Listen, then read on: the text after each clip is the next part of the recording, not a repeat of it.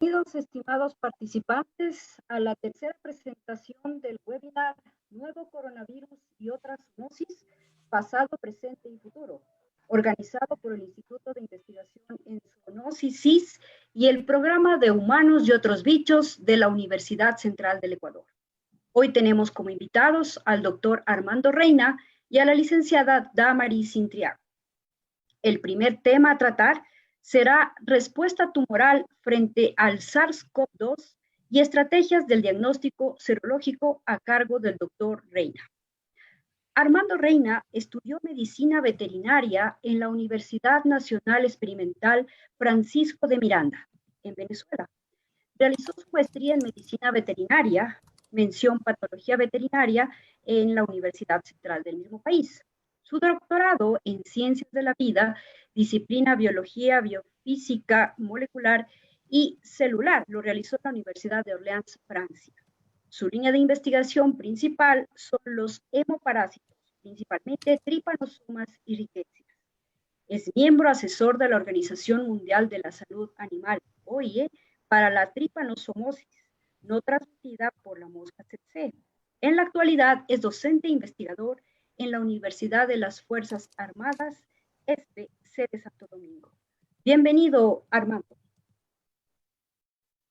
Bueno, muchísimas gracias ante todos a los humanos y otros bichos que nos hicieran esta invitación. Pues por supuesto, gracias a Elizabeth y gracias por la presentación, a Sandra.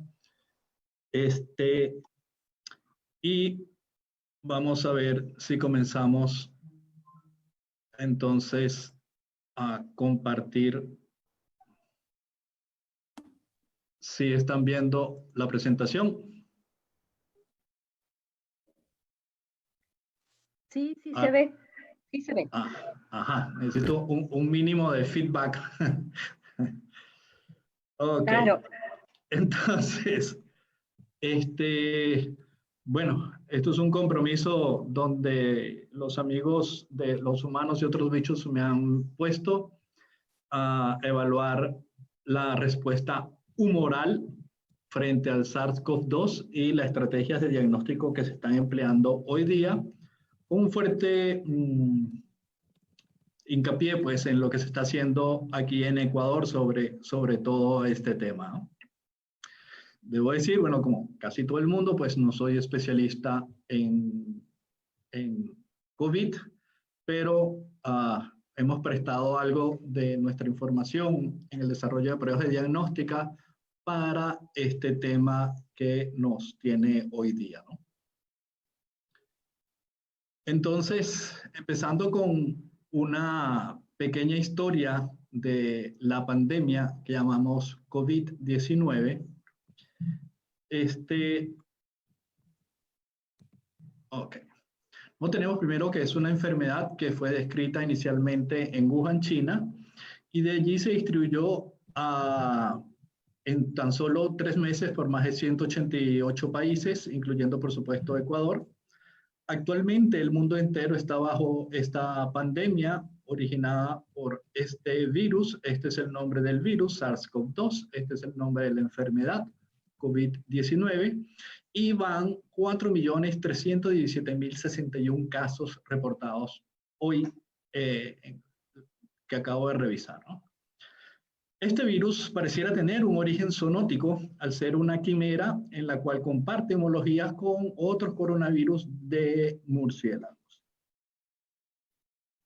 Aquí tenemos un cuadro que edita en tiempo real la Universidad de Johns Hopkins, donde están pues todos los casos, cómo van transcurriendo. Aquí están los 4.317.000 casos que estábamos hablando. En alguna parte pues está todos los países, aquí 188 países, y bueno, aquí están todos los casos que hay al respecto, ¿no? ¿Cuáles son? Esta parte la vamos a pasar un poco rapidito, solamente para ponernos en contexto. Según una tabla tomada del CDC Atlanta, los síntomas más comunes de la COVID-19 primero empiezan a aparecer entre 2 y 14 días después de la exposición al virus, siendo el promedio entre 5 y 7 días. Y sus síntomas más comunes pues, son la tos, dificultades para respirar, fiebre, escalofríos, dolor muscular, dolor de garganta, pérdida, reciente olfato al gusto, o al gusto. Estos son nuevos síntomas que hemos venido descubriendo. Esta lista, por supuesto, no incluye todos los síntomas. Se han notificado también diarrea, problemas gastrointestinales, vómitos, etc. Como ven, pues esto es una gripe muy fuerte, una gripe común, así que es muy difícil diferenciarla solamente por la sintomatología de otros resfriados comunes. Es un concepto que es bien importante que tengamos en cuenta. Justamente, ¿de dónde vienen estos nombres? La Asociación Internacional de Taxonomía de los Virus, pues, ha dispuesto que los virus se llaman, estos son coronavirus que ocurrieron previo a esta pandemia, el MERS, el SARS-CoV y tenemos ahora el SARS-CoV-2. Estos dos pertenecen a un síndrome respiratorio severo agudo, mientras el MERS es un síndrome respiratorio del medio oeste. Entonces, aquí tenemos los nombres de los virus, aquí los nombres de las enfermedades, entonces conocemos MERS, SARS y COVID-2. Los años donde hemos visto su aparición, 2012 para el MERS, 2003 para el SARS y 2019, el famoso COVID-19 que nos trae hoy a esta charla, ¿no? Existen, los coronavirus no son nuevos los estudios, no son nuevas investigaciones. Tenemos muchísimos trabajos en el mundo encontrados sobre coronavirus. Hay muchos veterinarios de origen veterinario, como estos que se resaltan aquí en este artículo de Journal of Infectious Disease, donde encontramos algunos coronavirus de relevancia de especies veterinarias, donde están los cerdos con una encefalomielitis, están los gatos, están los perros, están los equinos, los camellos y los pollos. El camello, por supuesto, con esta que estábamos hablando, el MERS. Los coronavirus, no me voy a meter en taxonomía, los hay de varios subtipos, pues tenemos los beta coronavirus, delta, alfa y gamma, que está aquí abajo. Los principales síntomas que encontramos de estos coronavirus cuando afectan los animales, pues deshidratación, vómito, hay bastante dependiendo del coronavirus y de lo que podríamos llamar la puerta de entrada, la célula de Diana que reconocen estos virus. Ahora bien, ¿qué sabíamos anteriormente de esta historia? En cuanto a su origen zoonótico. Hablamos que zoonosis es una enfermedad que compartimos entre los hombres y los animales. Aunque estos parecieran ser más eventos zoonóticos, porque no es costumbre que estos hagan estos brincos, sino que de repente se da el brinco por una mutación en el virus. Entonces nosotros tenemos, por ejemplo, de origen murciélago, tenemos nosotros 4 virus que han pasado al ser humano. Tenemos NL63, tenemos el 229E, el COP43. Estos dos son de hace mucho tiempo reconocidos, que circulan entre nosotros. Muchos de nosotros tienen anticuerpos contra ellos, de hecho. Y tenemos pues el SARS-CoV, que es el de la pandemia del 2003 y el MERS del 2013. Pareciera ser originado de un murciélago, de allí brincó a un huésped intermediario, la civeta, que es una suerte de gatito, y posteriormente pasa al hombre. En el cambio del MERS pasa el murciélago a los dromedarios y allí pareciera que pasó al hombre. ¿Qué pasa con nuestro actual COVID-19 o SARS-CoV-2.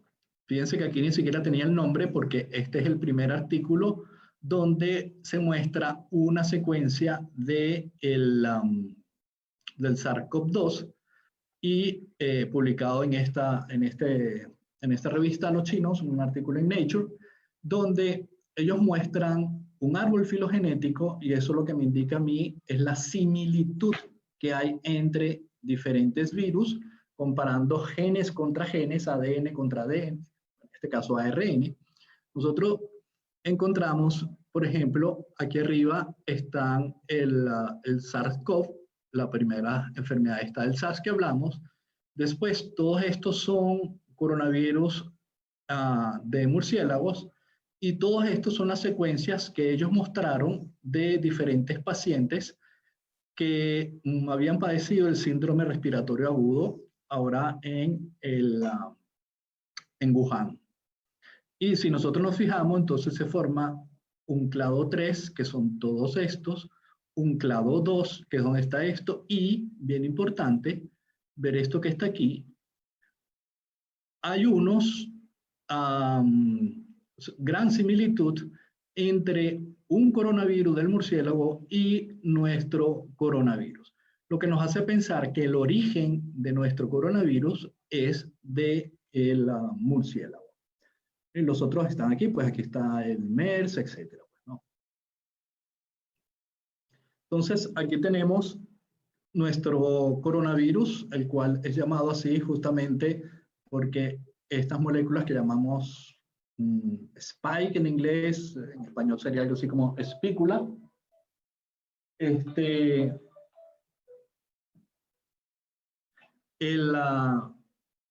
disculpen. Entonces, él está constituido por una cápside de la cual protruyen estas espículas, hacen la apariencia de la forma de una corona, donde tiene estas moléculas y adentro encierra el ARN del virus. Entonces tenemos que esto es un virus tipo ARN positivo, y significa positivo porque una vez que el virus entra a la célula, él es capaz ya de replicarse.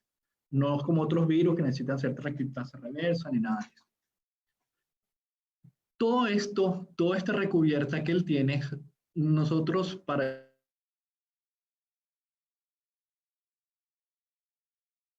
efectos de esta charla es toda aquella molécula capaz de originar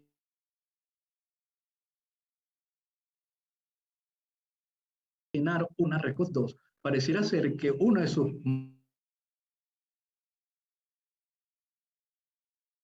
más importantes, ¿cómo se llama? Más importante antígeno es justamente la molécula esta del spike.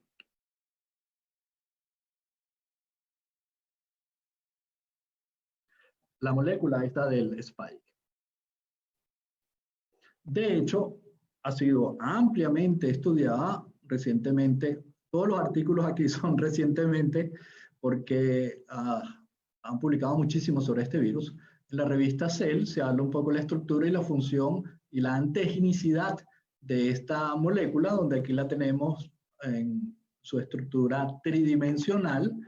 Esta parte es la que reconoce el dominio, pues donde está el dominio, donde el virus es capaz de reconocer su célula diana. Esta es la estructura pues tridimensional vista 180 grados o vista completamente de frente, donde tenemos aquí el dominio de este reconocimiento. Entonces, ¿cómo funciona esta historia de la respuesta inmunológica? Por cuestiones de tiempo, pues no tenemos mucho tiempo de la redundancia para hablar tanto de esto, pero bueno, esto funciona más o menos así. Pues nosotros tenemos un virus que reconoce estos receptores que se llaman AC2, que es una convertidora, una enzima convertidora de angiotensina, que es reconocida por el virus. Una vez que lo reconoce, se internaliza y allí libera su ARN, y este ARN posteriormente es utilizado para constituir nuevos viriones y emergen estos. Ahora, esto no pasa de gratis dentro de la célula. La célula es capaz de pedir ayuda, es capaz de decirle al resto del organismo que ella está en una emergencia, que está siendo infectada por un virus. Entonces, esto hace que estas células, ellas lanzan un sistema de ayuda a través de unos señalizadores moleculares que nosotros llamamos interleuquinas, interferón, etc. Este llamado de auxilio, quien lo recibe primeramente, son un grupo de células que están aquí, por ejemplo, las células T y los macrófagos, que son células blancas del organismo, que son capaces de escuchar este llamado de auxilio y acudir al lugar a evaluar los hechos que están ocurriendo. Una vez que esto ocurre, estas células interactúan tanto con la célula que está muriendo, llamamos eso proceso apoptótico, como directamente con el virus. Y es allí en donde las células estas, principalmente macrófagos, dendríticas y células dendríticas, van ahora a llevarse la información molecular de este virus para presentárselo al sistema inmunológico. Una vez presentado esto al sistema inmunológico ya de memoria, él va a generar una respuesta que es basada en células y en anticuerpos. Entonces llamamos respuesta humoral y respuesta celular. La respuesta celular la vamos a obviar por esta charla y vamos a hablar solamente de la respuesta humoral. Entonces, ¿qué pasa? Estas células que llamamos células dendríticas o células macrófagos, que son las que vienen a acudir a la célula en emergencia, son capaces de ingerir el virus o fagocitarlo, y así presentan estas partes del virus a otras células que llamamos linfocitos B, que son los que están aquí abajo. Estos linfocitos B son los encargados de producir estas moléculas que llamamos anticuerpos, que son los soldaditos de batalla del sistema inmunológico. Entonces, recapitulando un poquito, vamos a tener unas células que le van a presentar los virus a otras células para que hagan los anticuerpos. Eso significa que estos anticuerpos son absolutamente específicos para cada uno de los patógenos. Un anticuerpo es capaz de atacar a un virus de coronavirus y no es capaz de atacar ese mismo anticuerpo al virus de la gripe, por ejemplo. Entonces, esa habilidad la hemos utilizado nosotros para el desarrollo de pruebas de diagnóstico, porque los anticuerpos son específicos a cada uno de los antígenos. ¿Se acuerdan que los antígenos era lo que hablábamos antes? Que era una molécula capaz de estimular el sistema inmunológico. En resumen, ¿qué tenemos de esta activación del sistema inmune? Número 1, una vez el virus entra en el organismo, se desencadena una respuesta inmune celular, y esto conlleva la presentación de antígenos por parte de los macrófagos a los linfocitos B. Estos linfocitos B producen anticuerpos tipo IgG, IgM, IgA y otros anticuerpos, pero aquí están los más importantes. Y nosotros hemos desarrollado sistemas de diagnóstico que somos capaces de identificar estas inmunoglobulinas. Recuerden que estas inmunoglobulinas son específicas de cada uno de los patógenos. Entonces, ¿qué hemos visto nosotros que ocurre en el SARS, el primero?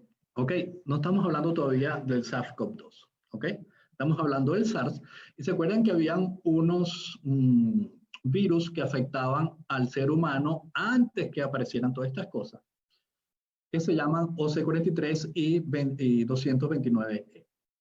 Cuando enfrentamos esto contra sueros de pacientes del SARS, nosotros nos encontramos que ellos comienzan a producir estos anticuerpos, esta respuesta inmunológica, entre el día 13 y el día 16.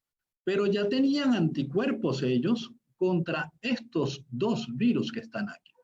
porque como yo les dije, estos están circulando, lo que nos infiere que hay reacción cruzada entre ambos virus. En este otro paciente, el mecanismo es muy parecido uno al otro.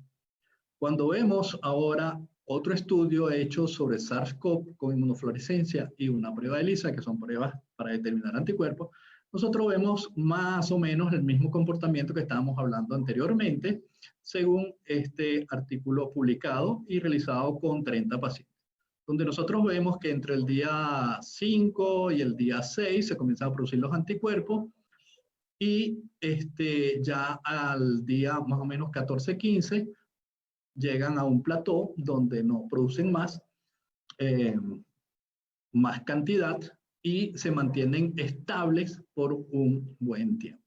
Igualmente, el mismo comportamiento cuando vemos esta prueba por ELISA, que es otra prueba diagnóstica, igualmente los anticuerpos van en franco ascenso los primeros 15 días. ¿Qué pasa en el tiempo? En este trabajo sobre 2 años, y es importante ver este trabajo porque esto no lo podemos hacer hoy día en el SARS-CoV-2, solamente en el SARS, nosotros vemos que aquí tenemos los meses, ahora no son días, son meses, y el número de pacientes muestreados en esa fecha. Entonces nosotros vemos que a los 4 meses todavía hay bastantes anticuerpos,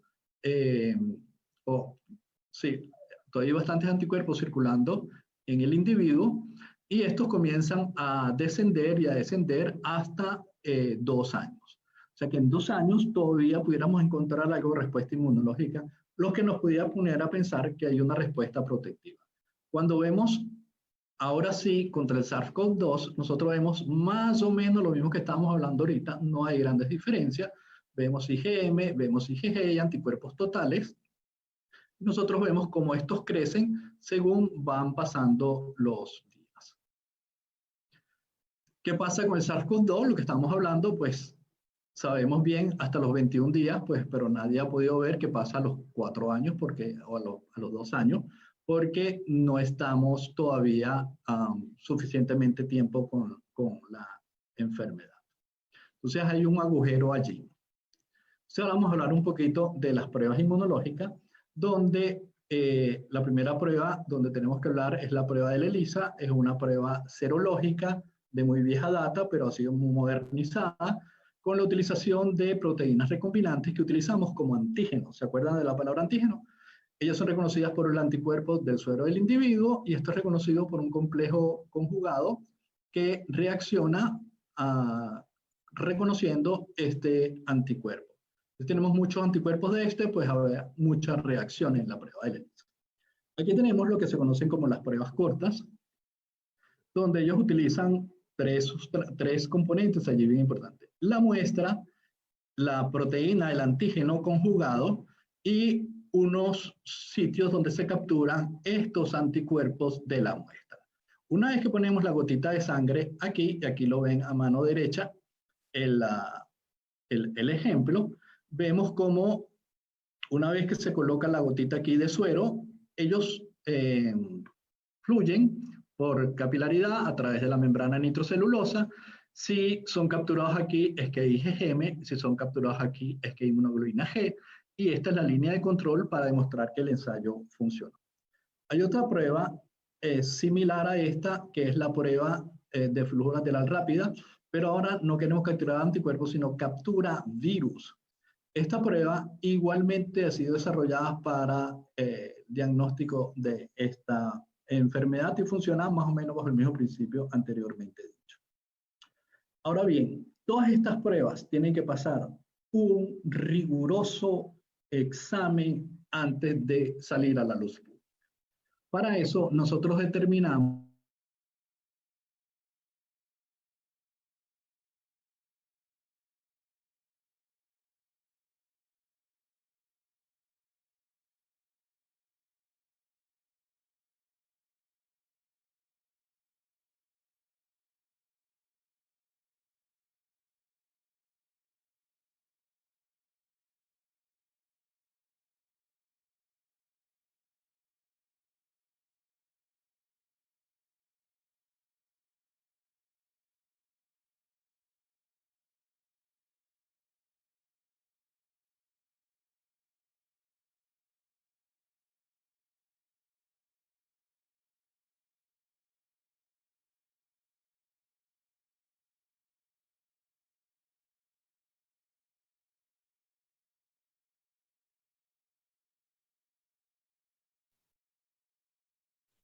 Aló, creo que tuvimos un pequeño fallo. ¿Qué Ya pasó? ya se está escuchando ahorita, no se escuchaba. Armando, estás con el audio cerrado. Perdón, sí, tuve un fallo de internet, me fue el internet unos segundos. ¿Dónde me quedé? Comparte otra vez tu pantalla, por favor.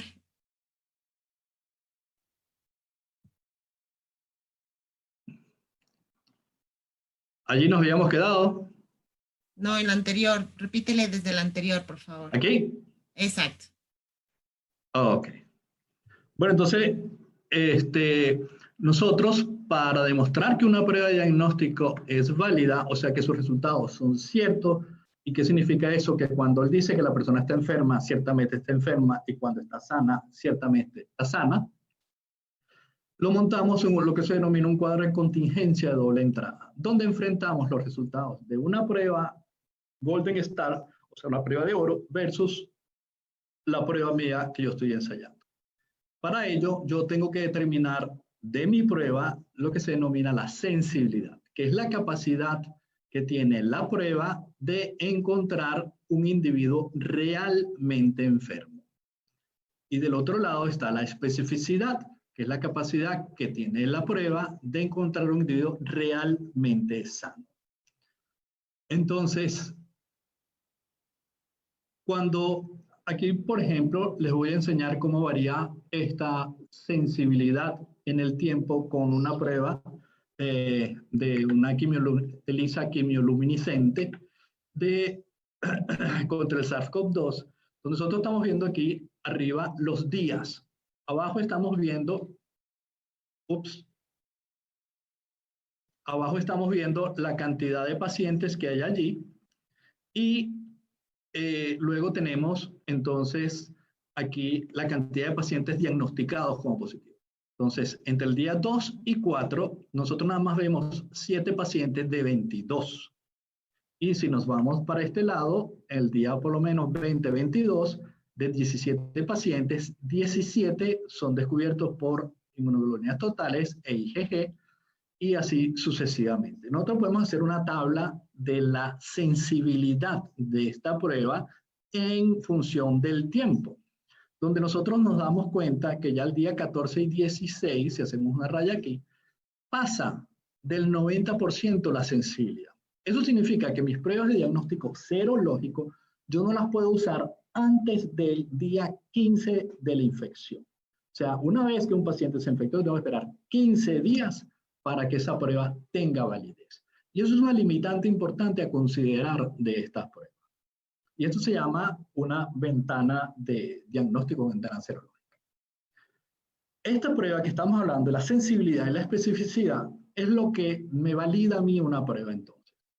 Tenemos entonces que la FDA en Estados Unidos tiene una lista de pruebas serológicas autorizadas, que vamos a mostrar más adelante. En su lista hay un total de 13 pruebas y de pruebas rápidas 2. O sea, hay 2 marcas comerciales que han logrado validar sus kits en la FDA y 13 validar otras pruebas de diagnóstico tipo ELISA. Vamos a ver algunas de ellas, ¿no? Por ejemplo, esta, donde ellos montan 88 sueros para determinar la sensibilidad, 1070 para determinar la especificidad, se encuentra una sensibilidad de 100 y una especificidad de 99,6%. Una prueba bastante buena y además de todo hay un paper que respalda que eso es absolutamente cierto. Así sucesivamente, pues ellos muestran todas las pruebas, donde aquí tenemos las sensibilidades, especificidades, etcétera, y la cantidad de suero, la evacuación 312, 600, 5272, etcétera. ¿Qué pasa aquí en Ecuador? Nosotros tenemos unas pruebas rápidas aprobadas por la Agencia de Regulación y Control de Vigilancia Sanitaria, y afinen ustedes bien el ojo, tenemos 108 pruebas en uso en Ecuador. ¿Se acuerdan? FDA tiene 2, nosotros tenemos 108. Cierto es que ellos señalan que esto está autorizado durante la emergencia y debe tomarse algunas consideraciones muy importantes en la detección de anticuerpos, puede apoyarse en la investigación, epidemiología, estudios de brote, estudios de seroprevalencia, no como diagnóstico. Ojo con eso. Entonces, nosotros tomamos con el amigo Hugo Andrade las pruebas de la FDA y las pruebas de aquí que se utilizan en Ecuador. Hicimos unas tablas como estas, un poco más grandes, donde nosotros comparábamos unos versus los otros. Entonces, bueno, le traigo a colación rapidito. Fíjense aquí, por ejemplo, esta prueba es validada con 20 sueritos, 20 negativos, 20 positivos, 50 aquí, 50 allá. Mientras añadíamos 5.000, aquí están viendo validada por 50. No solo eso, sino que esto es la casa comercial quien dice cómo validaron eso. No es Ecuador que está validando esto. Entonces, es como que yo voy a vender un carro y yo digo, no, ese carro está de maravilla. ¿Usted lo creería? Ahora bien, de los 108 muestras que hay, de las 108 pruebas que hay, el amigo Hugo hizo un excelente trabajo aquí, donde nosotros vemos que, por ejemplo, hay 30% son pruebas que son validadas, tienen información sobre el kit y hay fundamentación en la investigación.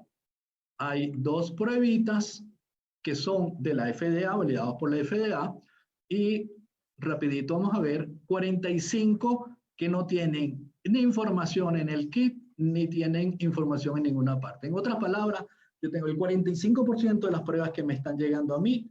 Yo, en lo personal, consideraría importantísimo que se validen antes de comenzar a usarlas aquí. ¿Cuándo podemos usar estas pruebas rápidas? Pues cuando hacemos una evaluación de exposiciones anteriores. Si yo quiero saber si un paciente estuvo antes enfermo de COVID, para detectar pacientes con alergia. Alergia es que no hay respuesta inmunológica frente a algo. Es muy importante porque un paciente con alergia es un paciente más susceptible a la enfermedad. La identificación de población expuesta, si yo quiero hacer una evaluación de qué población militar, por ejemplo, en Ecuador ha sido expuesta al virus. Vigilancia epidemiológica, identificación de individuos donadores de plasma, por supuesto. Esta terapia se está utilizando y la forma es viendo si tienen anticuerpos. Ojo, cuando no usar la prueba. La prueba de diagnóstico no se puede usar sola, como ya hemos dicho. Debe estar acompañado o bien por el QSPCR o el ELISA de alto desarrollo que estamos hablando, en el peor de los casos. Y por supuesto, no usar nunca para dar de alta un paciente, porque el paciente va a estar dando positivo durante 4 meses que él va a estar mostrando anticuerpos. Y bueno, hasta ahí llegamos con esta presentación y quedo a la orden, pues si hay alguna pregunta o curiosidad al respecto. Estimado Armando, sí, tenemos algunas preguntas que te voy a realizar. Pues mediante la página de Facebook han interactuado y Lucinda Tavares te hace una pregunta específica.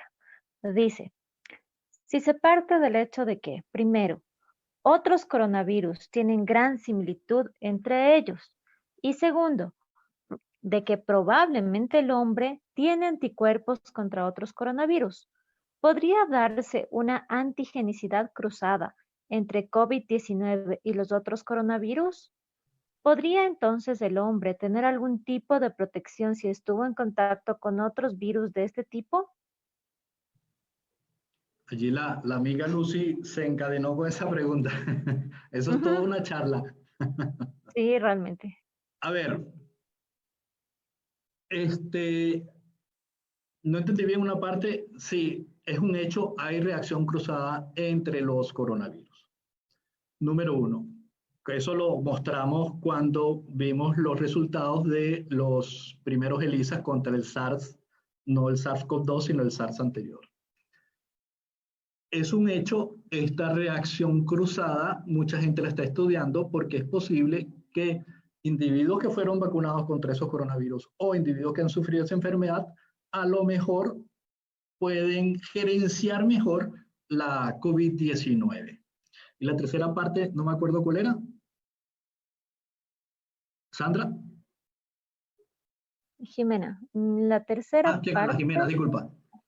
no te preocupes, la tercera parte dice, ¿podría el hombre tener algún tipo de protección si estuvo en contacto con otros virus de este Sí. tipo?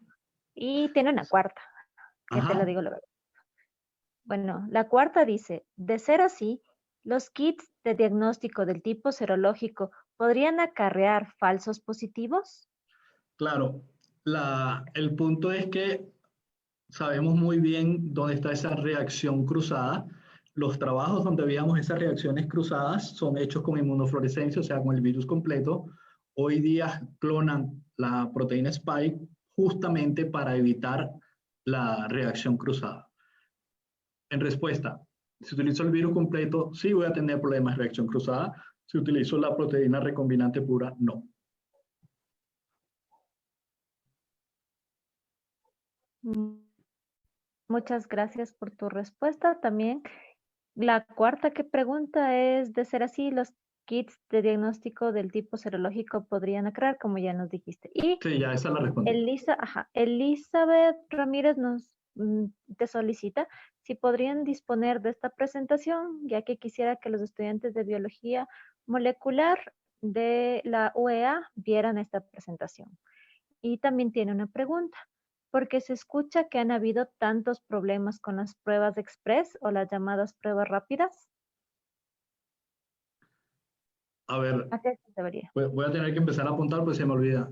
La parte 1 sí está completamente a la orden. Al principio estaba mi correo electrónico. Ahí bien podemos coordinar o le paso las diapositivas o le doy las charlas igual.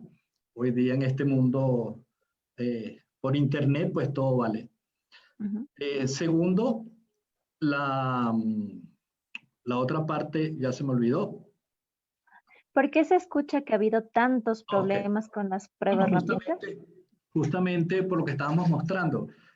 Han llegado al Ecuador una gran cantidad de marcas o han inundado Ecuador con una gran cantidad de marcas comerciales de kits que no han sido validados. Número uno. Número dos, hay una gran cantidad de kits que están siendo mal utilizados porque lo estamos utilizando como diagnóstico definitivo de la enfermedad. Y esta prueba es igual que una prueba de embarazo, hasta la forma se parece. Y cuando a usted le sale positiva la prueba de embarazo, usted va para el médico. Igualito pasa con estas pruebas. Usted sale positivo, usted después tiene que complementar ese resultado con unas pruebas mucho más profundas que justamente ahí es donde entra la UPCR de la charla que vamos a hablar ahora. Imagino yo que Damaris va a tocar ese punto, pues, ¿no? Muchas gracias por su respuesta. También tenemos una pregunta de Evelyn Cobos. Dice, se conoce que hay casos de personas que ya tuvieron COVID-19, pero que nuevamente se han contagiado. En ese caso, ¿qué pasó? ¿No desarrollaron inmunidad? Sí, allí no tengo una buena respuesta, porque yo estuve buscando, no hay ningún estudio que hable sobre la capacidad del sistema inmunológico de proteger a lo largo de 4 o 6 meses. Entonces, ocurren varias cosas con estos pacientes. Hubo unos casos en España, entiendo yo, pero el diagnóstico inicial fue mal hecho. Entonces, tuvieron una infección, una neumonía, pero no fue COVID y después sí le dio la COVID. Entonces, son dos cosas completamente diferentes. Hasta el sol de hoy, no sé si Damari está informada al respecto, yo no sé de casos de reincidencia de la enfermedad. O sea, que una vez que yo me enfermo, aparentemente el individuo queda protegido. Así pasa con el SARS, por cierto. Sí, Claro. bueno, yo realmente lo que leí fue el caso lo que ocurrió en Corea del Sur, en el cual habían pacientes que ya habían pasado la fase de sintomatología y ya el rato de hacer el PCR volvieron a dar positivo. Entonces, de lo que se habló básicamente fue que había un tipo de falla a nivel de protocolo en el cual se detecta, hay un falso positivo. Entonces se descartó la posibilidad de reinfección y eso es lo que hasta ahora se ha visto. No hay reportes que se haya comprobado que haya habido reinfección por esas razones. simplemente el PCR hubo un falso positivo por razones técnicas. Claro, claro. Es lo que, mismo caso que yo me acordaba uno de España, no me acordaba este de Corea. Muchas gracias, nos han dejado claro. Y tenemos otra pregunta de Ana Tito. Nos pregunta, ¿cuánta cantidad de pruebas deberían realizarse respecto al volumen de población y cuántos casos positivos detectados idealmente se debería tener para pasar de una fase de aislamiento a distanciamiento? Eso no tiene respuesta. A ver, el gobierno ha comentado públicamente una cosa que se llama la inmunidad de rebaño. Esta inmunidad de rebaño, que todavía, por cierto, como no sabemos si la enfermedad tiene reincidencia o no, sería muy peligroso jugarlo, pero vamos a suponerlo que sí hay. Yo más o menos, cuando tengo el 60% de la población positiva, yo pudiera jugar a esa inmunidad de rebaño, pues yo cuando ya me enfermo el 60% libero a todo el mundo ya, porque la probabilidad de que un individuo enfermo justamente coincida con un individuo sano es mucho menor. Ahora, jugar a la inmunidad de rebaño es sumamente peligroso, voy a sacar la cuenta rapidito. Ecuador tiene 17 millones de habitantes. El 60% de esos son 10 millones y algo. El 1% de esos son 100.000 personas. O sea que a mí se me van a morir 100.000 personas en ese juego. ¿Qué es lo lógico? Jugar versión Taiwán, detener el brote y desaparecer. ¿Cómo yo detengo el brote? Haciendo pruebas de toda aquella persona a riesgo. Entonces no tengo un número exacto, sino toda la población a riesgo. ¿Qué es la población a riesgo? Pues todas aquellas personas que tienen mucho contacto con demás seres humanos, empezando por supuesto por los médicos y enfermeras, pero qué sé yo, la gente que trabaja en atención al público, todo lo que es farmacias y todo lo demás. ¿Cuánto es el número? Eso es estadística. Y para determinar eso, hay modelos matemáticos que me permiten a mí determinar el número de muestreo que yo necesito saber para poder extrapolar esa información. O sea, yo no necesito hacer 17 millones de pruebas para saber cómo es el estado de Ecuador. Pues yo puedo hacer un muestreo bien organizado para saber cuántas. Por cierto que Wuhan se están lanzando ahorita algo así como que 1 millón y pico de pruebas porque tienen unos brotes y pequeños brotes por allí y no acaban de detectar eso, entonces resolvieron por lo sano, van a hacer un súper muestreo para averiguar dónde está circulando el virus activo. Muchas gracias, Armando, por tus respuestas y por la presentación. Damos paso a nuestra moderadora Sandra para continuar con este webinar. Muchas gracias, Armando. Agradecemos al doctor Armando Reina por su excelente presentación. El siguiente tema es detección molecular del nuevo coronavirus SARS-CoV-2 a cargo de la licenciada Damaris Santiago. Ella es licenciada en biología por la Universidad San Francisco de Quito. Realizó su maestría en medicina molecular en el Imperial College London, en Reino Unido. Es investigadora biomédica con años de experiencia en investigación oncológica enfocada al estudio de la biología molecular e inmunología tumoral del cáncer de mama. Es docente del programa de maestría en biomedicina de la Universidad Internacional SEC del Ecuador.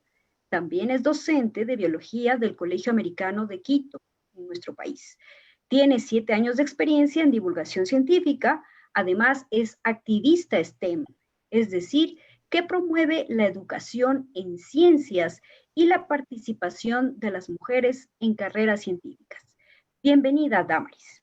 Bueno, muchas gracias a todos los que nos sintonizan y a los que nos acompañan por aquí por Zoom y también en Facebook Live. Les voy a compartir mi presentación para poder dar inicio. Voy a ver.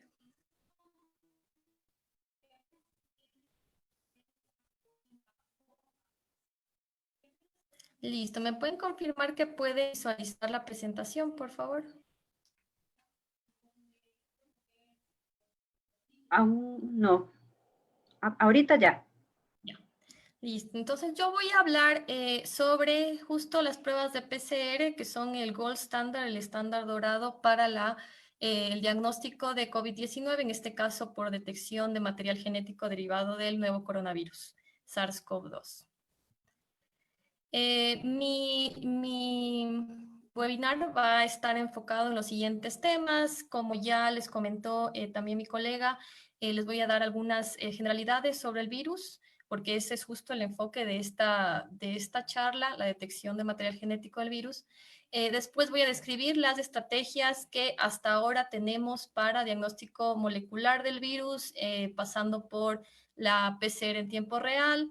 Tenemos LAMP, que es también otra técnica cuantitativa de amplificación isotérmica, y la técnica de, se ha aplicado ahora el uso del sistema CRISPR con la Cas13 para también hacer detección de ácidos nucleicos. También voy a dar un poco de, voy a hablar sobre una publicación que salió en la revista JAMA, en el cual se hace una línea de tiempo y se trata de mostrar de acuerdo a desde que se ocurre la infección hasta varias semanas después de ella, cuándo son los picos en los cuales se podría haber una mayor probabilidad de detección del virus. Y después voy a terminar con los lineamientos de diagnóstico del virus SARS-CoV-2 que fueron generados por la Asociación de Enfermedades Infecciosas de Estados Unidos. Entonces, los coronavirus son una amplia familia de virus cuyo material genético es ARN de cadena simple. Podemos ver una imagen aquí al costado de la diapositiva. Tenemos que hay 3 coronavirus que pueden causar síntomas respiratorios, pero muy leves, como por ejemplo los asociados a resfriado común. Sin embargo, tenemos también, en el caso de otros coronavirus que han causado enfermedades graves en animales y seres humanos, tenemos, por ejemplo, el virus, el SARS-CoV, que causó el síndrome respiratorio agudo severo en 2002 y tuvo el epicentro en China, y el MERS-CoV, que causó el síndrome respiratorio de Oriente Medio y se enfocó en esta parte del mundo, y esto empezó en 2012. Y la característica de estos coronavirus es que pueden ser transmitidos de animales a personas, es decir, puede haber transmisión zoonótica. En el caso del SARS-CoV, se indicó en la página de la Organización Mundial de la Salud que el reservorio animal pudo haber sido la civeta, que es este animal que también es traficado en los mercados en China. Y en el caso del MERS-CoV, el dromedario pudo haber sido el hospedero, el que tuvo el precursor que después termina siendo el virus que hace el salto al ser humano y causa esta enfermedad grave a nivel respiratorio. Tenemos aquí, ya les voy a hablar más luego un poco de la estructura del virus. De acuerdo al Comité Internacional de Taxonomía de Virus, al inicio de la que ahora ya es la pandemia, se definió exactamente los términos para poder referirse al virus que produce esta enfermedad COVID-19. Entonces se definió que el término para referirse al virus es SARS-CoV-2 y el término para referirse a la enfermedad es COVID-19 porque viene de las siglas en inglés Coronavirus Disease 19, porque esta enfermedad tuvo su origen a finales del 2019 en China. Sobre la estructura del virus, tenemos que los virus en general tienen material genético, ya sea ADN o ARN. En este caso, el SARS-CoV-2 tiene una cadena de ARN, una cadena simple, que está asociada a estas proteínas de nucleocápside. Tenemos también que hay una envoltura que contiene una envoltura proteica, como podemos ver aquí también. Tiene también una capa de lípidos que es su punto débil, por lo cual debemos lavarnos las manos porque el jabón ayuda a destruir esta capa de lípidos y también esto destruye al virus si lo tuviéramos en las manos. Tenemos también proteínas de membrana y tenemos a la famosa proteína S, que es justo esta llave que actúa que está en la corona del virus y que interactúa con nuestro receptor ACE2 que está en la superficie de células que están formando parte del epitelio respiratorio, y pues se da justo lo que les comentaba, una llave y un cerrojo en el cual hay una interacción entre la proteína S de la corona del virus y este receptor ACE2, y el virus puede inyectar su material genético y esto hace que secuestre a nuestras células para replicarse.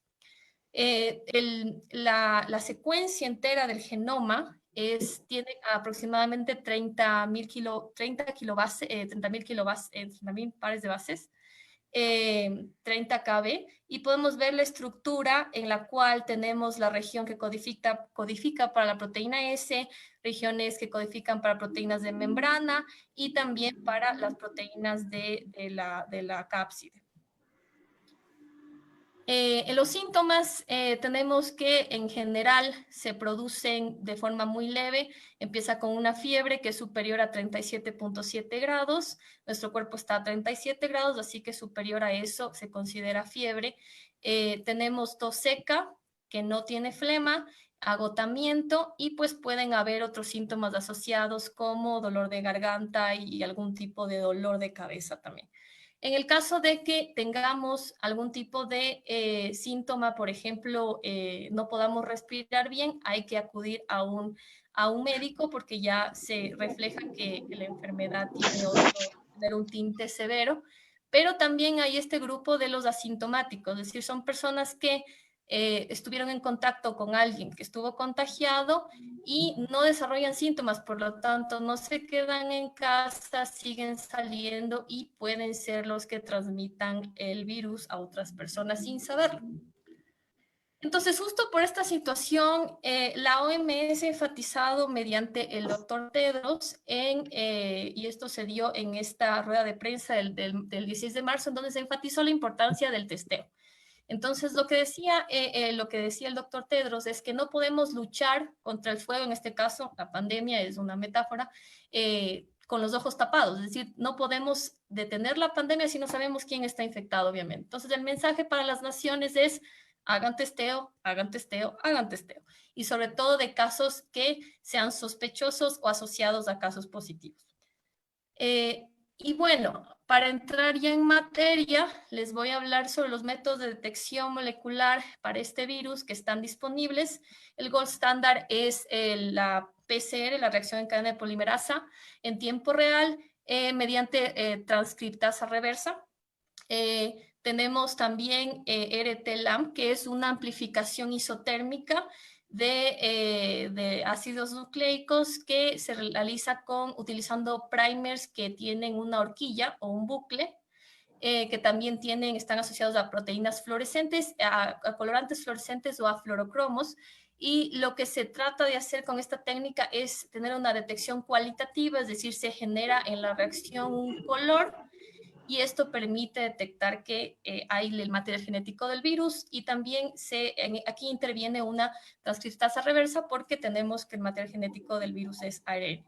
Y también finalmente les voy a contar, y esto fue aprobado hace unos días por la FDA, en calidad de uso autorizado por emergencia, este protocolo de uso de CRISPR, del sistema CRISPR con Cas13, que fue desarrollado por el Broad Institute de Estados Unidos, y ellos desarrollan este protocolo para detectar ácidos nucleicos, en este caso el ARN del virus, utilizando CRISPR-Cas13. Entonces, para poder referirnos a cómo debemos hacer el diagnóstico de la COVID-19 mediante la detección de la presencia de virus en pacientes, podemos referirnos a los lineamientos de la OMS, en el cual podemos ver que la técnica, que es el gold standard, lo que se debería utilizar para poder detectar al virus, es la amplificación de ácidos nucleicos, que se abrevia como NAAT, y se lo debe realizar por la reacción en cadena de polimerasa en tiempo real utilizando transcripción reversa. Y el protocolo que se sigue en este caso, cuando hay una persona que tiene síntomas, va a un centro de salud y se hace una toma de un hisopado nasofaringio. Se puede hacer también otro tipo de tomas, por ejemplo, tomas de muestras de garganta con este hisopo. Esto se lo mantiene a tiempo corto, se lo puede mantener de 2 a 8 grados centígrados en la refrigeradora por un corto tiempo. Si en el caso de que se lo deba trasladar a un laboratorio para su análisis, se puede utilizar estos recipientes con un medio especial donde se sumerge el hisopo, y esto se puede guardar a -70 si es que en caso uno tiene que mandarlo a otra ciudad para que pues, se pueda hacer el análisis. El análisis se lo realiza por la PCR en tiempo real, que les voy a explicar en qué consiste. Y en este caso, si tenemos un resultado positivo, las personas que tienen casos leves tienen cuarentena domiciliaria y las personas que tienen casos severos van al hospital. Y bueno, después también se podría hacer secuenciación, es opcional, el material genético del virus también para verificar su identidad, pero con la PCR es una manera bastante fiable de poder detectar si está presente o no. El análisis de la detección del virus por PCR se realiza recomendado por la Organización Mundial de la Salud en laboratorios BCL2, Bioseguridad 2. En el caso de que se realicen cultivos para hacer algún tipo de estudio, cultivos de virus, se necesita un laboratorio de BCL3. Y entonces voy a refrescar un poco la memoria para quienes no estén familiarizados de en qué consiste esta reacción en cadena de la polimerasa en tiempo real con transcripción reversa. Tenemos, como les comentaba, el hisopado nasofaringio, la muestra del paciente, y aquí, si es que estuviera presente el virus, tenemos un virus que tiene ARN de cadena simple. Entonces yo necesito convertir a ese ARN, primero tengo que extraerlo, y eso es un punto que debo recordar antes de continuar, es que se recomienda hacer inactivación de las muestras que puedan contener virus para sobre todo precautelar la salud de quienes estén manejando estas muestras de laboratorio. Hay un reactivo que se llama RNA Shield, que lo que hace es inactivar al virus, es decir, no podría infectar a la persona que está haciendo el análisis, pero también mantiene al ARN en condiciones en buen estado, es decir, se puede todavía hacer el análisis. Entonces después tengo un kit de extracción de ARN, hago la extracción y después, ahora sí, tengo este paso que lo realizo con la enzima transcriptasa inversa o reversa, que lo que hace es convertir al ARN de cadena simple en ADN de cadena doble. Ya tenemos un ADN viral de cadena doble. Y después tenemos, en general, los protocolos se basan en la técnica, hay dos variantes de la PCR en tiempo real. Uno es utilizando CyberGreen y otro es estas ondas TACMAN, y es justo de las cuales les voy a hablar. ¿Cómo podemos, quienes tengan conocimiento de biología molecular, la PCR se realiza y es súper específica porque tengo estos primers o estos cebadores, estas secuencias pequeñitas en este caso ADN, que son complementarias de una región específica del ADN viral. Pero además de eso, también tengo estas ondas TACMAN que están compuestas por un fluoróforo y un quencher, es decir, cuando están unidos los dos, el fluoróforo está inactivo, no emite fluorescencia. Entonces, cuando se realiza esta amplificación del ADN viral, si estuviera presente con los primers y con la ADN polimerasa termoestable, lo que sucede es que tengo una región específica del ADN viral donde tengo los primers se pueden hibridar, y las ondas se colocan en la mitad de esta región donde están los dos primers forward y reverse. Y cuando se da la amplificación por obra de la polimerasa, se quiebra esta sonda, es decir, se separa el fluoróforo del quencher y se emite una fluorescencia. Entonces, a la vez que yo hago esta amplificación de forma exponencial, yo voy a tener mucha más fluorescencia que se va acumulando y que es equivalente a las número de anticones que yo tengo y que estoy produciendo. Entonces, justo esta fluorescencia es lo que va a hacer que un detector pueda, esto se detecta mediante un software, tenemos una computadora al lado del termociclador, que es donde se hace la PCR, y lo que yo hago es, varios ciclos de temperatura. Entonces primero separo las hebras de ADN con 90 grados, desnaturalizo el ADN viral, después con alrededor de 50-60 grados hago la hibridación de primers, y después alrededor de 72 grados la polimerasa puede generar estos amplicones. Entonces, lo que quiero detectar es si hay esta fluorescencia, porque hay la amplificación de mi región específica que sería lo equivalente a que el virus esté presente, y si hay esta señal que pasa a un umbral específico, puedo decir que es positivo. Entonces, en este caso, mientras más copias del ADN viral se producen, tengo más fluorescencia y pues el resultado sería positivo. La persona tiene SARS-CoV-2 y por ende tiene COVID-19. Y en el caso de que no haya esta fluorescencia, no pase este umbral, entonces el test sería negativo. ¿Cuál es uno de los problemas que existe con estos test, con la PCR? Es que, obviamente, por ejemplo, a nivel de Ecuador, nosotros no producimos los termocicladores, tenemos que importarlos, los reactivos tampoco. No somos, por ejemplo, como países como Corea, en los cuales ellos hicieron tanto testing porque tenían a empresas de biotecnología a su disposición que pudieron haber generado las pruebas y esto se pudo hacer súper rápido. Nosotros no la tenemos, entonces también hay una alta demanda a nivel mundial que hace que haya problemas para importar los reactivos, también puede ser mucho más caro importar, entonces esto puede retrasar el testing. Los test comprados, por ejemplo, con lo que hablaba mi colega, que son las pruebas rápidas, que son muy, en teoría, famosas porque pues, nos dan un resultado y no tenemos que esperar mucho, sí se demora algunas horas en realizar todo el proceso desde la extracción de ARN, la retrotranscripción y la amplificación por real time. Entonces, eso es uno de los limitantes. En el otro caso estas pruebas son 100% específicas porque uso primers que son diseñados justo para que sean, que tengan complementariedad con regiones conservadas del virus. Sin embargo, pueden haber casos de falsos negativos, ya sea porque, y después les voy a explicar la importancia del timing, cuando yo tomo la muestra, de acuerdo al curso de la enfermedad en un paciente. También pueden haber algún tipo de fallas al momento de tomar la muestra que me den un falso negativo después. Los falsos positivos se dan usualmente por fallas a nivel técnico o por contaminación.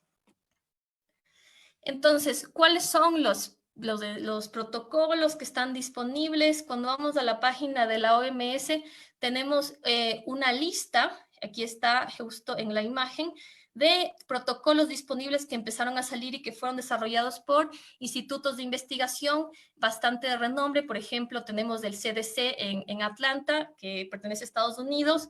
Tenemos también el Instituto Pasteur en París. Tenemos el CDC de China. Entonces, en todo este documento que podemos encontrar, tenemos los protocolos que generaron países de primer mundo como China, Estados Unidos, Francia, Alemania, Japón, y Tailandia, en donde, si podemos ver, los primers que fueron diseñados justo son para, su complementariedad se da a ciertas regiones del genoma viral. Entonces tenemos, por ejemplo, y me voy a enfocar en dos para poder explicar más o menos cómo se realiza una PCR. Tenemos que el protocolo del Instituto Pasteur se enfocó en dos regiones que son parte de esta región que codifica para la polimerasa de ARN dependiente de ARN, que esas son las siglas RDRP. En el caso de el CDC, generaron primers para regiones que codifican para esta nucleoproteína, la proteína de la nucleocápside, en el caso del virus. Sin embargo, estos protocolos son mencionados en la página de la OMS, pero hay un disclaimer de la OMS en el cual indica de que no se ha realizado todavía la validación mediante un proceso avalado por la OMS. Entonces, cada estado, o en el caso de que uno quiera replicar esto en nuestro país, por ejemplo, tenemos que hacer una validación de la prueba aquí, con nuestros reactivos, nuestros equipos en nuestro país. Entonces, por ejemplo, el protocolo del Instituto Pasteur, podemos ver en esta infografía, se realiza la extracción de ARN con un kit especial, se hace la lisis del virus y después se recupera el material que nos interesa, que es el ARN del virus. Después tenemos que aquí están las secuencias de los primers que son justo específicas para esta región que codifica para esta polimerasa de ARN. Y tenemos también, en este caso, el protocolo se basa en un multiplex, que es decir, yo tengo varias pares de primers. Y también tengo, aquí se detalla los ciclos de amplificación, como les decía, se hace la transcripción reversa y después con el ADN viral se amplifica y se generan las copias. Tenemos también que en estas pruebas se requiera que haya un control negativo y un control positivo como mínimo. Control positivo tiene una secuencia realizada en vitro de ARN que corresponde al virus. Y en el caso del control negativo, simplemente no ponemos nuestra muestra de ADN viral y debería salirnos negativo. Es decir, no hay ninguna contaminación extra en nuestro reactivo si todo funciona bien. En el caso de cómo yo mido a la final, si es que, cuál es el número que yo me fijo en el análisis para poder saber cuántas copias del virus, porque no solo estoy detectando también que el ARN del virus está presente, sino puedo cuantificar en tiempo real. Esto se da cuando yo me fijo en estos valores CT. Es decir, estos valores CT equivalen a cuántos ciclos yo debo pasar de esta PCR para que se genere una señal de fluorescencia. Entonces, mientras más ciclos se necesite, tengo muchas menos copias de ARN presentes. Si tengo un número, entonces es indirecta, la relación es indirecta. Si tengo un número, si necesito más ciclos, tengo menos cantidad de material genético del virus. Si necesito menos ciclos, entonces la cantidad de virus es mucho mayor. Y en el caso de la especificidad para esta prueba desarrollada por el Instituto Pasteur, la sensibilidad es la capacidad de identificar correctamente a un positivo, la especificidad es la capacidad de identificar correctamente a un paciente sano. Entonces, lo que se hace es evitar que, quiero saber cuál sería la incidencia de que yo tenga un falso, en el caso de especificidad, un falso positivo y en el caso de sensibilidad, un falso negativo. Entonces, lo que, por ejemplo, hicieron aquí fue probar con muestras de otros de material genético de otros virus respiratorios, si yo generaba esta amplificación y fluorescencia, y pues se vio que no. Entonces, la especificidad de los primers es casi el 100%. En el caso del protocolo que fue desarrollado por el CDC, tenemos aquí brevemente, les voy a indicar cómo difiere, por ejemplo, del protocolo desarrollado por el Instituto Pasteur. Entonces tenemos que se obtiene la muestra, extraigo el ARN del virus y también tengo un control, y esto es muy interesante, que ellos tienen un control de extracción, es decir, tienen una línea celular no infecciosa y realizan la extracción de ARN y eso es un control interno de la prueba adicional para saber si realmente mi protocolo de extracción me genera ARN y que los reactivos están funcionando correctamente. Esto quiere decir HSC-RNA. Después se realiza la PCR en un solo paso, es decir, la retrotranscripción y la amplificación se lo realiza en un solo paso con un kit de Thermo Fisher y se prepara el mix con todos los reactivos necesarios, se prepara esta placa en 96 pocillos, se lo pone en el termociclador, se ajusta los ciclos, las muestras, etcétera, después se analizan los resultados y se los reporta. Vemos aquí que en el caso del set de primers, estos amplifican regiones correspondientes al gen D, que codifica para la proteína de nucleocápside, y también tenemos, si ven en la tercera fila, después de los dos primers, tenemos estos primers RP, es decir, es otro control que se lo pone, es decir, otro par de primers que debería amplificarme, ya sea que esté presente el virus el SARS-CoV o no. Es decir, que hubo ARN y el ARN se extrajo de forma correcta, pero pues en este caso, si es que no hay amplificación de con los otros dos pares de primers, no hay virus, pero de todas formas la prueba es válida. Tenemos también el control negativo, tenemos una secuencia transcrita in vitro de ARN equivalente al virus, y tenemos también un control, como les decía, se hace un control interno adicional para verificar la calidad de extracción de ARN. Yo extraigo ARN de una línea celular y si es que esto está presente, quiere decir que a la final el protocolo sí fue hecho y ocurrió de forma correcta.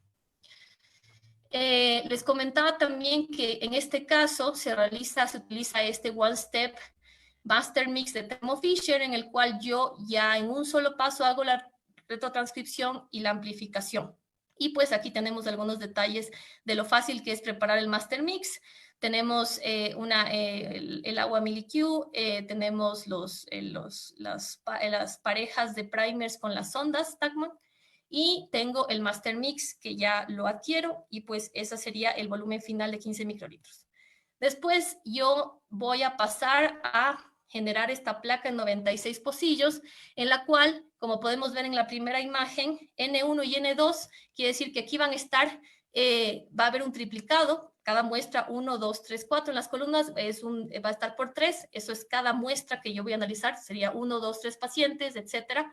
Y en cada fila yo voy a tener que en la primera voy a poner primers correspondientes a la primera región del gen que codifica para esta nucleocápside. En el segundo tengo otro par de primers para la otra región. Y en el tercero tengo estos primers en donde que constituyen otro control interno de la prueba. Y después podemos ver aquí en la segunda imagen que la primera columna corresponde al control negativo en triplicado, NTC. En el otro extremo tenemos al control positivo y en la mitad tenemos a las muestras de triplicado. Entonces vamos a ver si hay amplificación en la región N1, N2 y también en la región de control RP.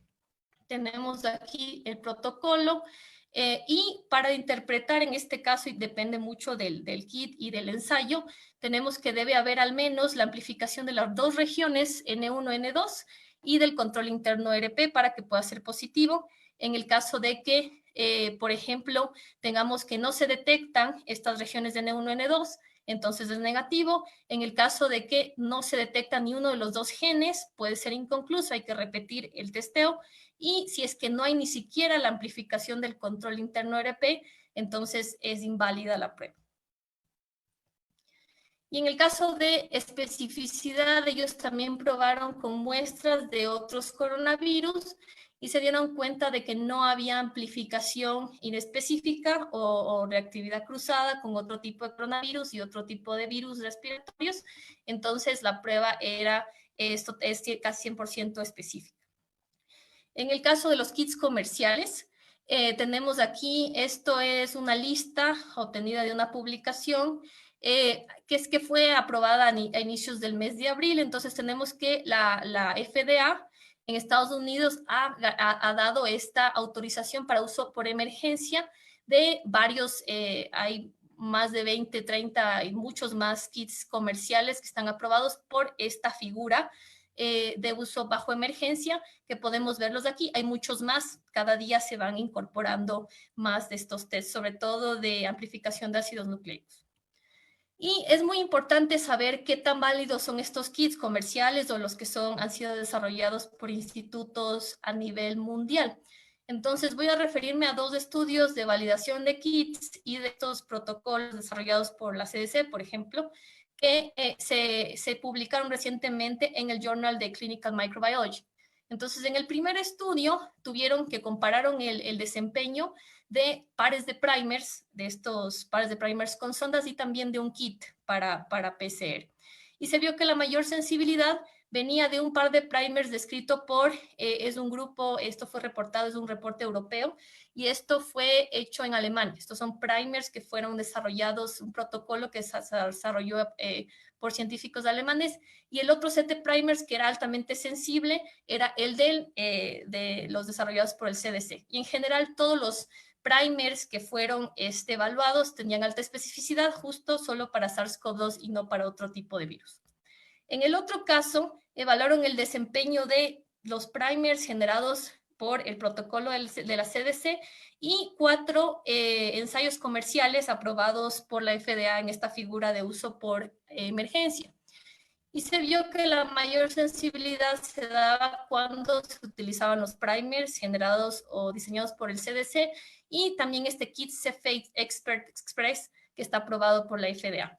Y en general, la especificidad fue muy buena en todos los kits comerciales, pero ¿por qué no fueron todos tan sensibles? Fue porque el nivel de detección, es decir, la sensibilidad por ejemplo, si es que hay muy poca cantidad del virus, hasta cuál es el nivel de concentración viral que me puede dar una señal. Si es muy poco, entonces eventualmente podría darme un falso negativo.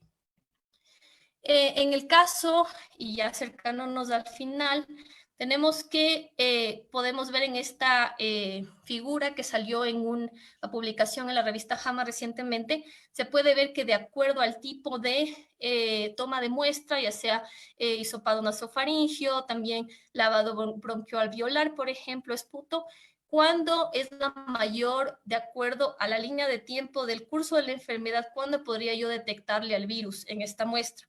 Entonces, en general, se lo detecta a partir del día 1, cuando aparecen los síntomas, y el pico de positividad, podría decirse, pasa durante la primera semana después del inicio de síntomas. A partir de la tercera semana empieza ya la probabilidad de positividad empieza a decaer hasta que desaparece y un paciente leve puede tener después un PCR negativo. En el caso de los pacientes que tienen tienen estos casos severos que requieren también ayuda a nivel hospitalario de terapia intensiva, la cantidad de partículas virales presentes siempre se mantiene muy alta en comparación a un paciente que tuvo sintomatología leve y pues ya da negativo. Y otra cosa muy particular de esta publicación es que también se vio que de acuerdo al tipo de muestra hay una mayor probabilidad de detección del virus. Entonces, en primer lugar estaba este fluido bronquioalveolar, después venía el esputo y después venía el hisopado nasofaríngeo. Para terminar con PCR y brevemente referirme a las otras dos técnicas, tenemos este algoritmo generado por la Sociedad Americana de Enfermedades Infecciosas para poder saber cuándo yo realmente hago esta prueba de PCR. Entonces, en pacientes asintomáticos, si la sospecha clínica es súper alta, se realiza el PCR, si está hospitalizado, se toman muestras del tracto respiratorio bajo, es decir, a nivel pulmonar. Y en el caso de que también la sospecha sea muy, muy leve, de que sea COVID-19, que tal vez sea síntomas de otra enfermedad, también se hace. Sin embargo, cuando yo tengo, cuando la sospecha es súper alta y me sale un negativo, tengo que hacer una confirmación. En cambio, cuando la sospecha es muy baja, no debo repetir el test. En el caso de asintomáticos, se lo debe hacer cuando hayan estado expuestos a personas que ya dieron positivo para COVID-19, cuando están pasando por quimioterapia, inmunoterapia, trasplante de células madre. Van a tener algún tipo de cirugía o algún tipo de procedimiento que genera aerosoles y tenemos que la capacidad de estos equipamientos para los doctores es limitada, para evitar que si un paciente asintomático realmente tiene el virus, pues pueda contagiar a los doctores. Y ahora voy a concluir mi charla con estas dos técnicas que también se han aprobado recientemente por la FDA en calidad de uso por emergencia, que también permiten identificar secuencias provenientes del SARS-CoV-2. Entonces tenemos esta amplificación, este LAMP con RT, que es la amplificación isotérmica con estos primers que tienen estas horquillas o estos bucles, isotérmica porque solo se requiere una temperatura o debe ser constante y se lo hace mediante transcripción reversa. Entonces, brevemente, ¿cómo funciona? Esta primera imagen fue obtenida de un paper en donde cual se adaptó esta técnica para detección de MERS-CoV. Entonces, de ahí podría extrapolarse el uso que se le está dando ahorita para detectar SARS-CoV-2. Entonces, tengo mi reacción, tengo el material genético que es ARN y tengo la transcriptasa reversa. Y tengo estos primers, LAMP, que tienen estos bucles. Entonces, se realiza la amplificación y después para detectar, recuerdan que es una prueba que puedo hacer detección cualitativa. Lo que voy a hacer es, tengo que estos primers en forma de bucle están conjugados con este colorante fluorescente FITS, que se utiliza también para citometría de flujo, y biotina. Después hay estas esferas de oro coloidal que están unidas a streptavidina, y yo pongo esto, lo cual permite que la biotina presente en mi amplicón con esta bolita de oro con streptavidina, la biotina y la streptavidina son súper afín, se unan, y después yo tengo esta tira de detección que tiene un anticuerpo anti-FTC, este colorante. Entonces, si es que está presente mi amplicón, está presente el virus, entonces pongo la tirita, hay esta afinidad con el anticuerpo por el FTC, que es parte del complejo donde está mi amplicón, y me puede generar una banda de color para poder detectar que es positivo. En la otra imagen podemos ver que se hizo la comparación de una PCR en tiempo real con, en la parte B, podemos ver aquí la reacción colorimétrica. Si tengo un NTC, que es un control negativo, no debería haber amplificación. Tengo un color rosado, pero sí van aumentando las copias de de los amplicones. Mientras más amplicones, vemos que va cambiando el color amarillo y esto puede indicar que está presente el virus y sería positivo. Esta es la prueba para COVID-19 que tiene el permiso del FDA, que es una prueba, un point in care, es decir, esta máquina, yo simplemente pongo ahí la muestra, la máquina me hace todo el proceso que les expliqué y me da el resultado en varios minutos después si es que es positivo o negativo. Y finalmente tenemos el sistema CRISPR-Cas13 que se está aplicando también para detección de ácidos nucleicos. Y lo que se hace es el CRISPR-Cas, por ejemplo, el CRISPR-Cas9 se utiliza para editar regiones de ADN. ¿Por qué? Porque se utilizan estos ARNs guías que le ayudan a la Cas, por ejemplo, la Cas9, a poder realizar cortes en sitios específicos que son complementarios a este guide RNA. Y lo que sucede aquí, para el caso del SARS-CoV-2, es no se utiliza la Cas9, sino la Cas13. Entonces, como podemos ver que aquí está esta RNasa dependiente de este guide RNA, tenemos al guide RNA que está en la mitad y tenemos que el corte que se podría realizar se realiza con 2 regiones nucleasa de esta Cas13A. Esta es la parte A del gráfico. En la parte B se ha visto que estos sistemas CRISPR pueden realizar estos cortes colaterales, es decir, pueden detectar una secuencia específica que es complementaria a este guide RNA, pero también pueden realizar un corte en un ARN que no sea específico. Eso es lo que se llama corte colateral, que en este caso lo que están tratando de utilizar es justo como una sonda, que cuando se corta me genera una fluorescencia y esto podría indicar de que si hubo una complementariedad con el guide RNA del Cas13 y hay este corte, entonces la fluorescencia podría indicar que se encontró esta secuencia específica que pertenecería al SARS-CoV-2. Entonces, brevemente, ¿qué es lo que se debería hacer o cuál es el protocolo? Tenemos el ARN del SARS-CoV-2, se realiza una amplificación, es decir, yo genero más copias de ARN de cadena simple con primers específicos para esta región específica de mi ARN del SARS-CoV-2. Entonces tengo muchas más copias de ARN. Después diseño este cRNA, este guide RNA del Cas13 para que sea complementario a esta región específica de mi ARN viral. Entonces, cuando el Cas13 con el guide RNA tienen complementariedad con una secuencia de mi ARN del SARS-CoV-2, va a haber un corte colateral de esta sonda que lo que va a permitir es emitir fluorescencia y si hay esta complementariedad con el del guide RNA del Cas13, hay esta emisión de fluorescencia y esto podía indicar que se ha detectado el ARN del SARS-CoV-2 y eso podría ser otra forma para detectar ácidos nucleicos de este virus. Recientemente, este kit Sherlock, que fue desarrollado por el Instituto Broad en Estados Unidos, el Broad Institute, recibió también aprobación del FDA en calidad de uso por emergencia para que pueda ser utilizado como protocolo de detección. Eso es básicamente lo que les puedo contar. Si tienen alguna pregunta, encantada de ayudarles. Muchas gracias.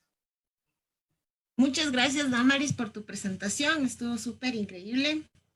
Sí hay algunas preguntas, así que te las pongo ahorita en conocimiento. Esta pregunta viene desde el Zoom y la hace Diana. Bueno, creo que ya la contestaste un poco en tu presentación, pero igual te la menciono. ¿Qué primers son los adecuados, ya que se ha visto falsos negativos? ¿Por qué se están usando primers para regiones hipervariables? Bueno, en este caso se debería utilizar primers para regiones conservadas del virus. No hay todavía ningún indicio de que el virus pueda estar, porque hubo un reporte donde decía que ya hay otra cepa que es más infecciosa.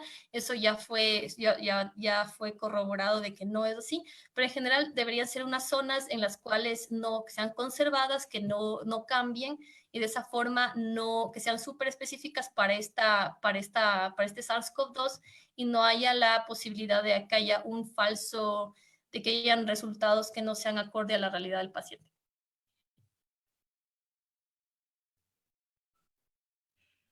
Bueno, nos llega ahorita igual otra pregunta de Doménica Pérez. ¿Ventajas del LAMP y del CRISPR respecto al PCR? Bueno, en el caso es del tiempo, sobre todo en el caso del AMP, en esta máquina, este Pointing Care, que es esta máquina que les mostré, que fue aprobada por la FDA, esto se pone la muestra y creo que en menos de 10 minutos o algo así, es un lapso de tiempo muy rápido en el cual se puede hacer una detección cualitativa.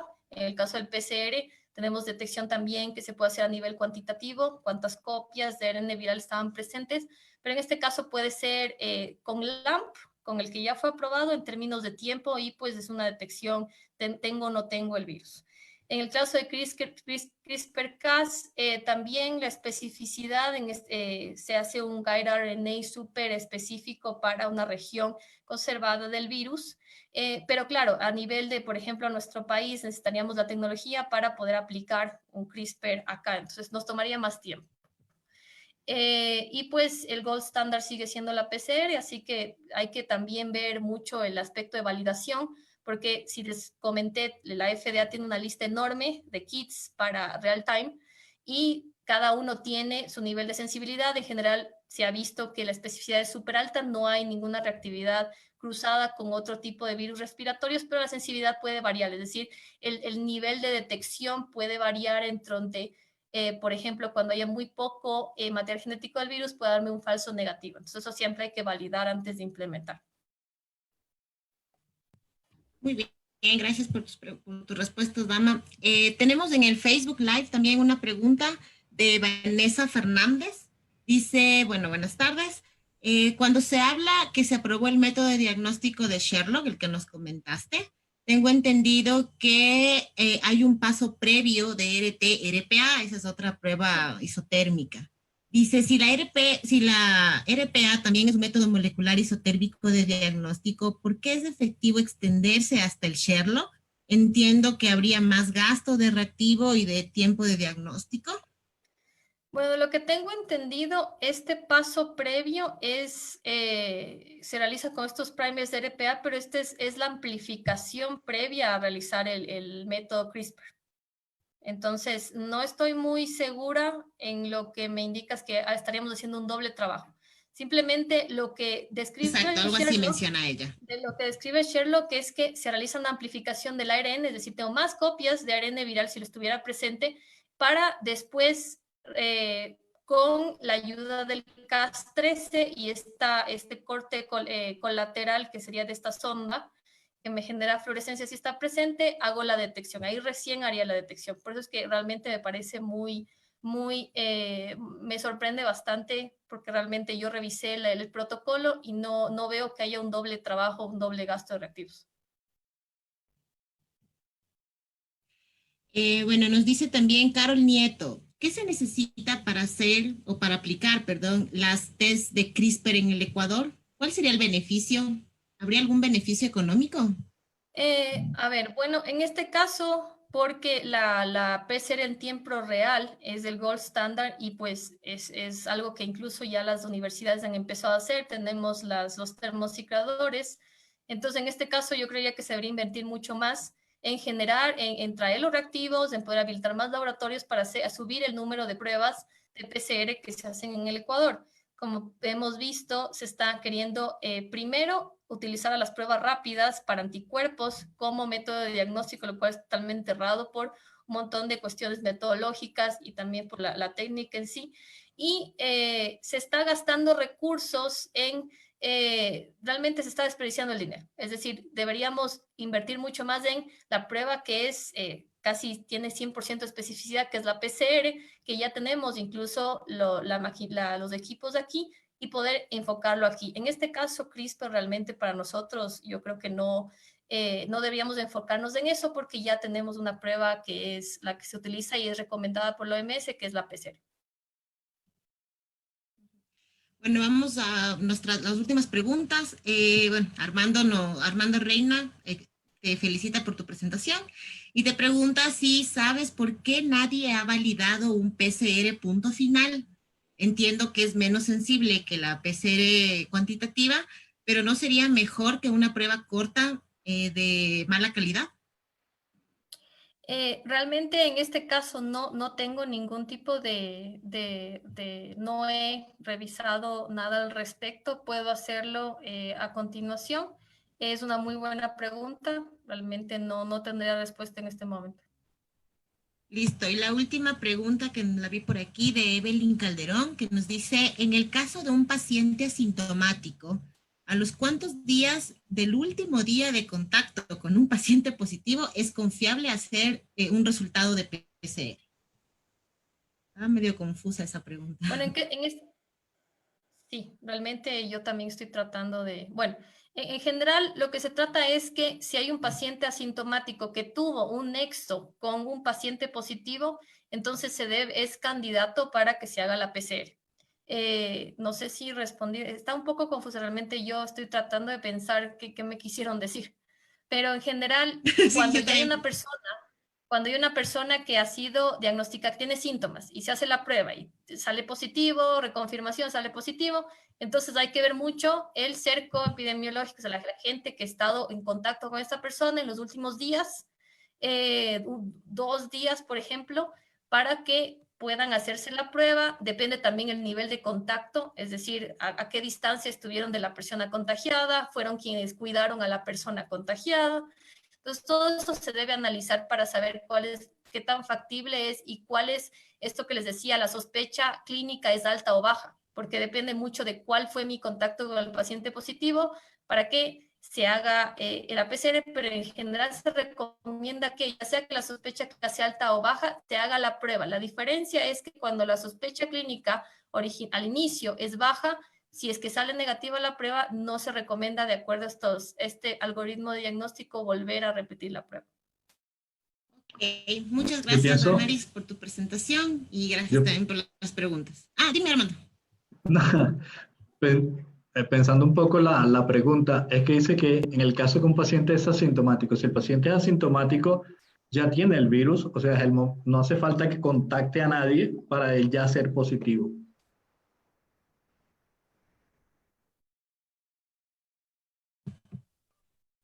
Sí, creo que por ahí un poco también iba la pregunta.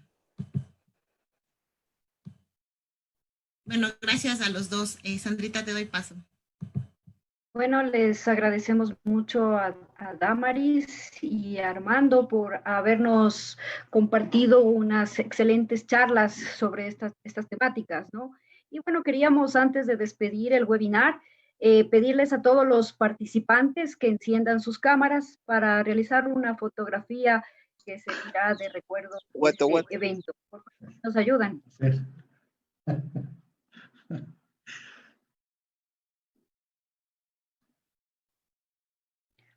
Listo, entonces voy a tomar, por ahí no sé. Entonces sonrían todos, 1, 2, 3. Una más, por favor. ¿Listos? Okay. La última. Listo, Sandrita. Bueno, entonces con esto damos terminado a este tercer evento del webinar Nuevo Coronavirus y otras zoonosis, pasado, presente y futuro, organizado por el Instituto de Investigaciones Zoonosis y el Programa de Humanos y otros Bichos de la Universidad Central del Ecuador. Muchas gracias a todos por haber asistido. Hasta la próxima semana. Bueno, muchas gracias. Gracias a los asistentes, a los amigos que no descubrí con las preguntas rápidas ahí, a Lucy, a Elizabeth, que también me preguntó. Por supuesto, Ximena, no sé si se fue, ahí está. Gracias, Sandra. Gracias, Elizabeth. Por supuesto, muchas gracias. Es un honor haberte conocido, Damaris. Gracias, igualmente. Gracias, Gracias Armando. a todos. Hasta una próxima oportunidad. Hasta Chao, luego, chao. gracias. Chao.